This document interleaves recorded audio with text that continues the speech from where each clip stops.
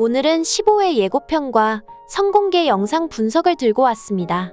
그리고 약간의 역사적 사실을 포함해 타임라인에 맞게 내용들을 재구성해 봤습니다. 단 해당 내용은 개인적인 분석을 통해 유추된 내용인 만큼 본방송과는 다를 수 있음을 미리 알려드립니다. 그럼 먼저 연인 15회 예고편으로 가보겠습니다. 각화가 쏜 화살에 부상당한 장현을 길채는 정성을 다해 간호하기 시작합니다. 그러다 잠든 장현을 물끄러미 바라보죠.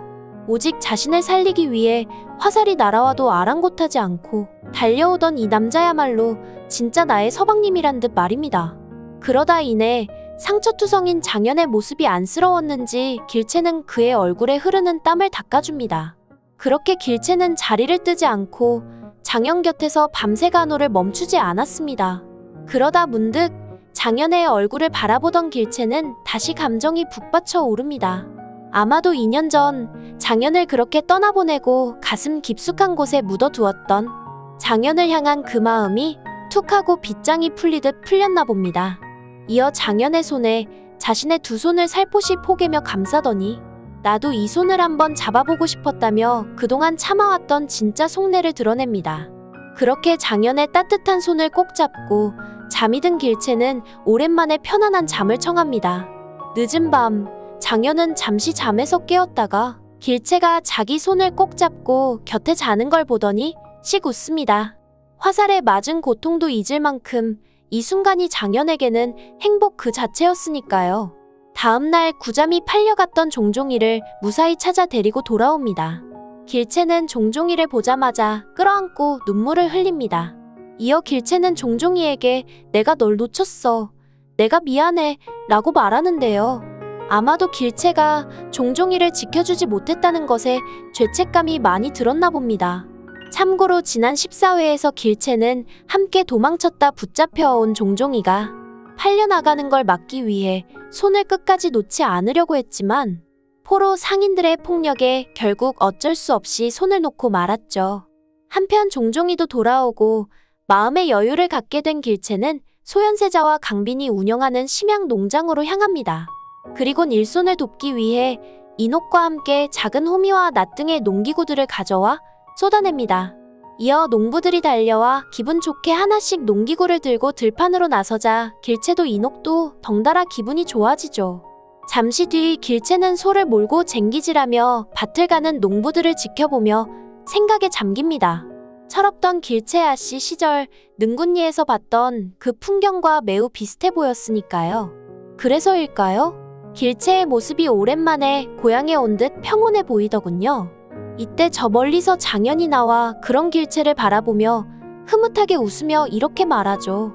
그대의 웃는 얼굴이 보고 싶었다고 말입니다. 그리고 종종이는 구잠과 새참을 가져와 농부들에게 나눠주며 기분 좋은 하루를 보내는데요. 둘이 알콩달콩 깨가 쏟아지는 걸 보니 종종이와 구잠이도 천생연분인 건 맞는 것 같습니다. 하지만 이런 행복도 잠시 누군가가 길채를 찾아왔다는 소식이 전해집니다. 이에 밖으로 나온 길채는 낯익은 한 사내를 보고 깜짝 놀라고 맙니다. 바로 한양에서 구원무 종사관 밑에 있던 그 부하였기 때문이죠. 참고로 구원무는 지난 14회에서 길채를 속환시키기 위해 다시 사람을 심양에 보냈다고 말했었습니다. 한편 이 소식을 듣게 된 양음은 기대를 안고 길채에게 묻습니다. 조선에 돌아가기로 했냐고 말이죠. 하지만 길채는 결심이 선 듯 양음에게 난 조선으로 떠나지 않는다고 말합니다. 나리의 회복을 도울 거라면서 말이죠. 하지만 그날 밤 길채는 불안했는지 장현 곁에서 눈물을 흘리기 시작하죠. 아직은 자신의 신분이 유씨 부인이고 원무의 아내였으니까요. 다음날 장현은 아무것도 모르고 싱글벙글 기분 좋게 일어납니다. 그리고 길채와 밖으로 나와 걷기 시작하더니 갑자기 비명을 냅다 지르며 쓰러지죠. 이런 장현의 모습에 구잠과 양천영님이 한심한 듯 쳐다보지만 우리 길채는 달랐죠. 곧바로 장현을 부축하며 어찌할 바를 몰라 했으니까요. 이때 장현이 다리가 너무 아파라고 말하는데요. 사실 아플 만도 했죠. 길채 살린다고 그렇게 죽기 살기로 뛰었으니 다리에 알이 배기고도 남았을 테니까요. 그런데 화살 맞은 데는 괜찮은가 보네요. 등 아프다는 말은 안 할 걸 보니 말이죠. 아무튼 장현은 길채가 옆에 있으니 싱글벙글 입이 귓가에 걸릴 지경이었습니다. 하지만 이 두 사람을 지켜보는 양음의 가슴은 타들어가고 찢어지는 듯했죠. 아마도 이때 양음은 길채 소식을 알린 걸 후회했을지도 모르겠네요. 한편 조선에서는 임경업 사건과 관련해 반청 세력을 압송하라는 청나라의 요구가 이어지자 매우 곤란에 빠진 상태였을 것 같습니다. 결국 이 일 때문에 최명길이 총대를 메고 심양으로 갈 것 같은데요. 문제는 인조가 이 기회를 이용해 자신에게 반기를 드는 세력을 치려고 했다는 것이겠죠. 이를 위해 인조는 장철에게 사람을 심어 놓은 듯 보였습니다. 즉 장철도 최명길과 함께 반청 세력으로 몰려 청으로 압송될 가능성이 커졌다는 것이죠. 그런데 하필 은의 남편 남현준이 그걸 눈치챘으면서도 장철을 택했다는 것입니다. 결국 이 일로 남현준은 물론 은혜까지 청으로 압송되진 않을지 걱정입니다. 만약 은혜가 그들과 함께 청으로 끌려가게 된다면 아마도 그곳에서 죽게 될 가능성이 높을 테니까요. 그로부터 얼마 뒤 청나라 심양에는 대격변의 시대가 찾아옵니다. 1643년 9월 21일 청나라 황제 홍타이지가 밤에 급사하고 말았기 때문이죠. 이때 홍타이지 나이는 52세였고 재위기간은 17년이었습니다. 한편 홍타이지가 생전에 아무런 후계자도 정하지 않고 죽는 바람에 청나라 조정은 큰 파란에 휩싸이게 됩니다. 이에 누르하치의 차남이자 도르곤의 이복형 예친왕 다이샤는 성경 황궁의 숭정전에서 의정왕 대신회의를 소집하여 다음 황위에 대해 논의하기 시작합니다. 이때 누르하치의 14번째 아들 도르곤과 도르곤의 조카이자 홍타이지의 장남인 숙친왕 호오거가 각축을 벌이면서 피바람이 불기 시작하죠.